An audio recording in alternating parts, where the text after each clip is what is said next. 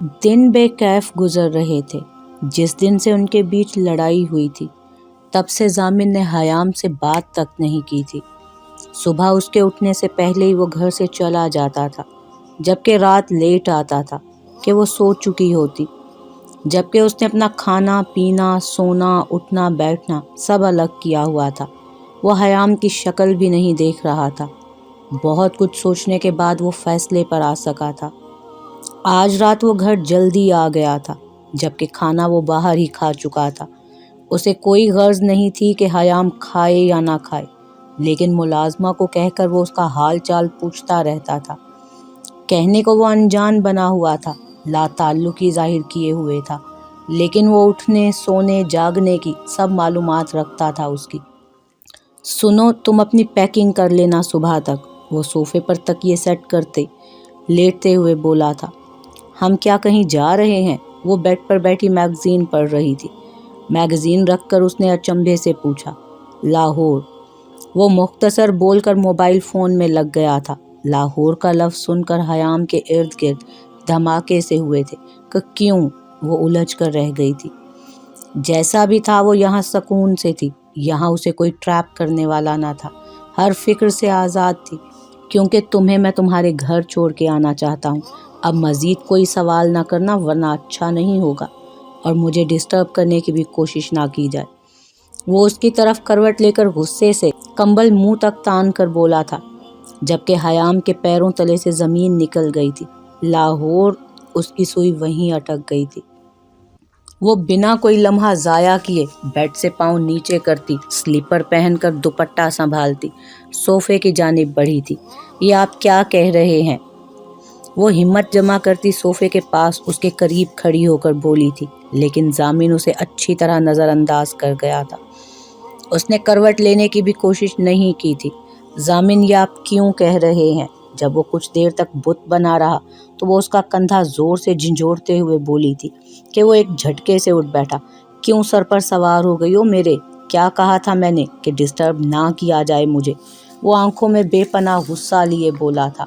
वो इतना तेज़ धाड़ा था कि हयाम बमुश्किल अपने कदम पीछे कर पाई थी और उससे कदरे फासले पर खड़ी हो गई थी। उसके मुंह से निकले गए सख्त जुमलों से वो खफा नहीं हुई थी, जितना उसका अंदाज देखकर वो मोहतात हुई थी।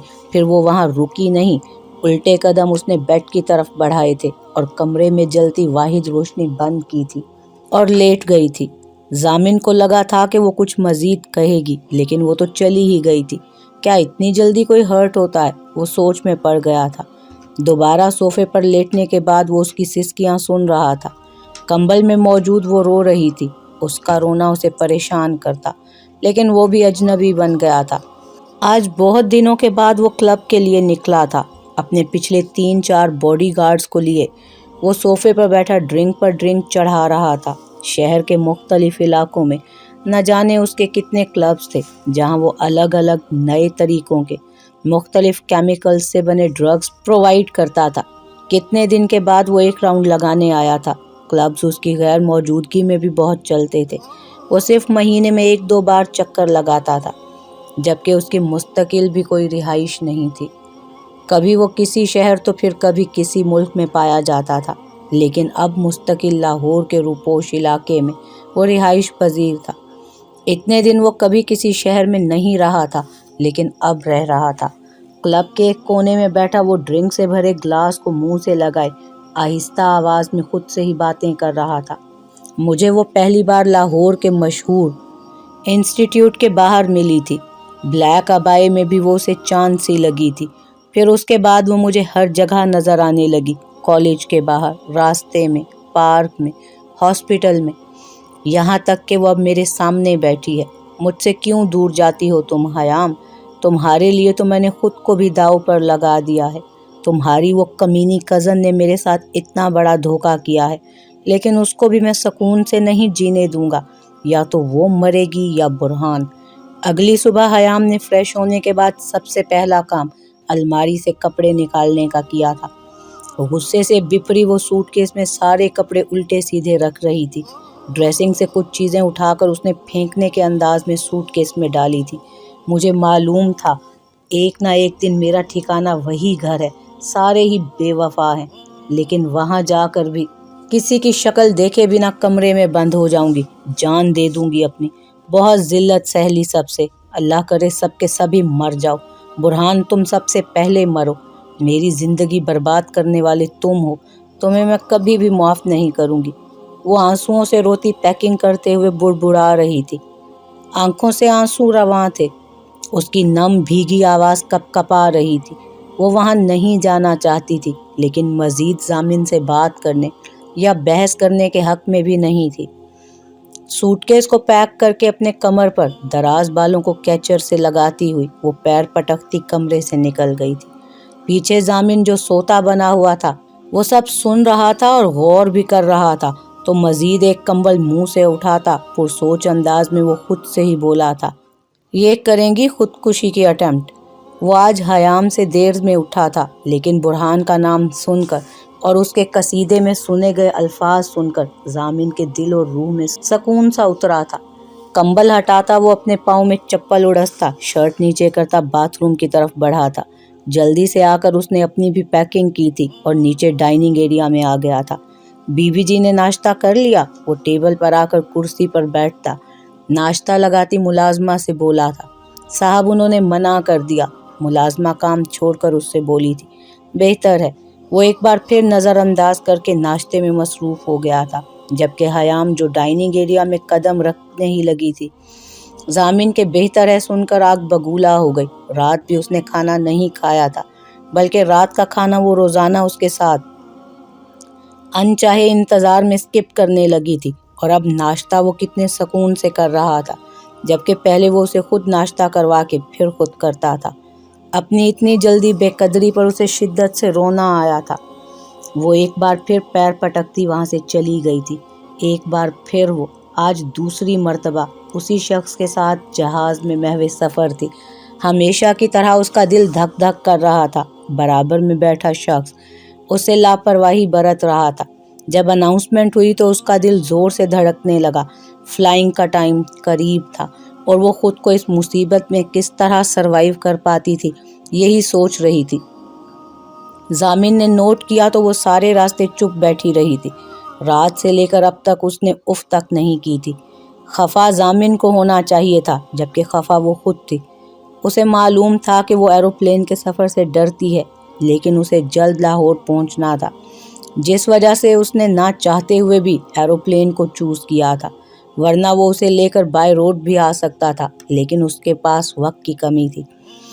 خود کے احساسات ضبط کرتا مضبوط لہجے سے وہ اپنے بازو اس کے گرد پھیلا کر اسے سپورٹ دینے لگا۔ بی ایزی، وہ کہہ کر ٹیک لگا کر آنکھیں موند گیا، جبکہ حیام اس کے ساتھ سر لگا کر آنے والے لمحات کا سوچنے لگی۔ رات کو وہ کس قدر کھانے کو آ رہا تھا، اور اب ماما کیا جلدی ہے آپ کو اتنی، آخر کیوں میرے پیچھے پڑ گئی ہیں آپ سب مل کر؟ آرزو نے اسے کال کر کے آفس سے جلدی ہی بلا لیا تھا اور وہ اسی وجہ سے غصے سے بفرا بیٹھا تھا۔ ہم آج تمہاری مامی کے گھر جا رہے ہیں تو بس جا رہے ہیں، آج ڈیٹ لے کر آ جائیں گے، جبکہ بھابھی نے ڈنر بھی رکھا ہے، اب تم جاؤ اور تیار ہو کر آؤ۔ وہ بنا اس کا رویہ خاطر میں لاتے ہوئے بولی تھی، آپ میرے ساتھ زبردستی کر رہی ہیں، اچھا نہیں ہوگا، میں وارن کر رہا ہوں۔ وہ طیش میں آیا تھا، بعد میں سب ٹھیک ہو جاتا ہے بیٹا جانی، دور سے سوچنے میں ایسا ہی لگتا ہے، قریب سے سوچو گے تو اچھا لگے گا۔ نہ جانے کون سی لاجک وہ اسے سکھا رہی تھی۔ او ماما، کیا سمجھ رکھا ہے آپ نے، میں جینا حرام کر دوں گا آپ کی بھتیجی پر۔ وہ اب بھی باز نہیں آ رہا تھا۔ فی الحال میں تمہیں نہیں بخشوں گی اگر تم 10 منٹ میں تیار ہو کر نیچے نہیں آئے تو۔ ماما آپ ایزی لے رہی ہیں یہ سب، اسے غصہ آیا تھا۔ وہ بھی تو اس کی دھمکیوں کو خاطر میں نہیں لے رہی تھی۔ وہ بیڈ پر بیٹھی مستقل رو رہی تھی۔ دل تو کر رہا تھا کہ یہاں سے بھاگ جائے، لیکن بھاگ کے جائے گی کہاں، یہ سوچ کے مزید اسے رونا آ رہا تھا۔ سچ تو یہ تھا کہ وہ وہاں جانا ہی نہیں چاہتی تھی۔ اس کی طبیعت بھی سوچ سوچ کر عجیب سی ہو رہی تھی۔ وہ بھی اپنے خیالوں میں ہی تھی جب روم کا دروازہ نوک ہوا تھا۔ ضامن نہ جانے لاہور پہنچ کر ہوٹل میں اسے چھوڑ کر کہاں چلا گیا تھا۔ وہ ایک دم بیڈ سے اٹھی تھی کہ نہ جانے کون ہے، کیونکہ ضامن ہوتا تو خود کی سے دروازہ کھول کے آ جاتا۔ وہ بیڈ سے اٹھتی دروازے کی طرف بڑھی تھی۔ سامنے اسے ایک لڑکی کھڑی نظر آئی تھی، کوٹ پینٹ میں۔ वो लड़की उसके सामने खड़ी मुस्कुराई। हाय मैम, परी। वो मुस्कुरा के हयाम से गोया हुई थी और उसे शेक हैंड करना चाहा था। क्यों आई हैं आप यहाँ? वो अनजाना चेहरा देखकर बोली थी। मुझे जामिन सर ने भेजा है, आप चलें प्लीज, हमारे पास टाइम कम है। वो उसका हाथ थामती बेड तक लाई थी। कहाँ चलें? हयाम जो रात से जब्त किए बैठी थी जिद होकर बोली थी। वहाँ चेयर पर चलें। वो ड्रेसिंग टेबल के सामने स्टूल पर उसे बिठा चुकी थी और अपने साथ लाई बॉक्स को ड्रेसिंग टेबल पर रखा था। ये क्या कर रही हैं आप? हयाम को गुस्सा आया था। सर का ऑर्डर है मैम। वो उसके बालों का मुआयना करती मसरूफ से अंदाज में बोली थी। किसकी इजाज़त से आपने मेरे बालों को छुआ? वो गुस्से से लाल होती उस पर चिल्लाई थी कि परी एक कदम पीछे हुई। मेरी इजाज़त से? जामिन न जाने वहाँ कब आया था, उसे मालूम तक ना हुआ था।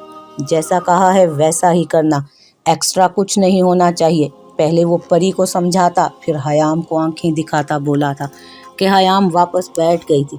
हयाम के हलक में आंसू फंसे थे, जबकि परी ने ज़रा देर में ही उसके लंबे दराज बालों को छोटा करके सेट किया था। लेयर कटिंग में कटे बाल और खूबसूरत हो गए थे। सिल्की बालों की आबशार उसकी कमर पर फैली हुई थी। हयाम बहुत ही कमाल का सब्र और बर्दाश्त का मुजाहिरा करते हुए अपने लंबे बालों को छोटा होता देख रही थी। फिर वो उसके फेस पे आई थी। न जाने क्या क्या अला बला मास्क लगाए थे उसने। उसका मुरझाया हुआ चेहरा निखर सा गया था। उसके हाथ पांव का मैनी पेडिक्योर करके वो फारिग हुई थी। डन है सर। जामिन जो सोफे पर बैठा मोबाइल इस्तेमाल कर रहा था, ध्यान उसका हयाम पर ही था। वेट। वो कछुए की चाल चलता उसके पास आया और हयाम को देखा था। उसके चेहरे का नोटिस लेते हुए वो मुस्कुराया था। उसका चेहरा पहले से कहीं ज्यादा चमक रहा था, वरना जिस तरह वो मुरझाई सी रहती थी उससे उसका चेहरा डल लगने लगा था। उसके बालों को अपने मुताबिक देखता वो मुस्कुराया था। ये नहीं था कि उसे लंबे बाल पसंद नहीं थे, लेकिन वो हयाम को बिल्कुल तब्दील कर देना चाहता था। थैंक्स। वो परी को कैश थमाते हुए बोला था। वो अपना काम करके जा चुकी थी। ये सब क्या है? परी के जाने के बाद वो जामिन पर सख्त लहजे में चिल्लाई थी। उसका बस नहीं चल रहा था कि उसे कुछ कर दे। अपनी आवाज़ आहिस्ता रखो। मैंने पहले ही वार्न कर दिया है कि मुझे फजूल में डिस्टर्ब नहीं करना, तो मेरी बराबरी नहीं करेंगी आप। वो उसको कोई अहमियत दिए बिना सख्ती अपनाए हुए बोला था। ये मेरे बाल थे, इन पे मेरी मर्जी होनी चाहिए थी। ऐसे कैसे आपने मेरे साथ ज्यादती की है? वो रोते हुए चीखती चिल्लाती हुई बोली थी। और जो तुम मेरे साथ ज्यादती कर रही हो उसका क्या? ऐसे कैसे तुम मुझे खुद से दूर करके मेरे साथ ज्यादती कर सकती हो? वो आपे से बाहर हुआ था। इतने बरहम लहजे में वो चिल्लाया था कि हयाम ना समझी से कुछ कदम उससे पीछे हुई। मुझे वहाँ नहीं जाना, मुझे वहाँ नहीं जाना ना। I am sorry. वो बेध्यानी में फिर उसके पास आकर कान पकड़कर रोते हुए बोली थी। मैं वहाँ नहीं जाऊंगी। उसका हाथ थामती वो पुरुमीद लहजे में बोली थी। और हम वहाँ जाएंगे और ज़रूर जाएंगे। वो अपना हाथ बेदर्दी से उससे खींचता बोला था। उसका लहजा अब भी बरहम ही था। ये कपड़े सारे अपने सूटकेस में रखो और इनमें से जो पिंक कलर का ड्रेस है वो पहन कर आओ। वो बेड पर बिखरे ढेरों शॉपिंग बैग की तरफ इशारा करता बोला। लाहौर आते साथ ही उसे होटल में छोड़कर खुद वो उसके लिए शॉपिंग करने जा चुका था। 10 मिनट में बात लेकर आओ, हमें देर हो जाएगी। वो घड़ी में वक्त देखता बोला था, जहां 7 बज रहे थे। हयाम बेड पर बिखरे शॉपिंग बैग्स में से उसका बताया हुआ सूट देखने लगी। इतने नए कपड़े देखकर वो चौंक गई थी। सिर्फ कपड़े ही नहीं बल्कि हर तरह की प्रोडक्ट देखकर मजीद चौंकी थी। उसकी एक एक चीज़ का ना चाहते हुए भी उसने ख्याल किया था कि कहीं कमी बेशी ना आए। उसका बताया हुआ पिंक सूट लेकर वो उठी थी और मरे कदमों के साथ बाथरूम में बंद हो गई थी, जबकि जामिन उसे देखता रह गया। वो खुद भी उसकी दूरी से परेशान रहने वाला था।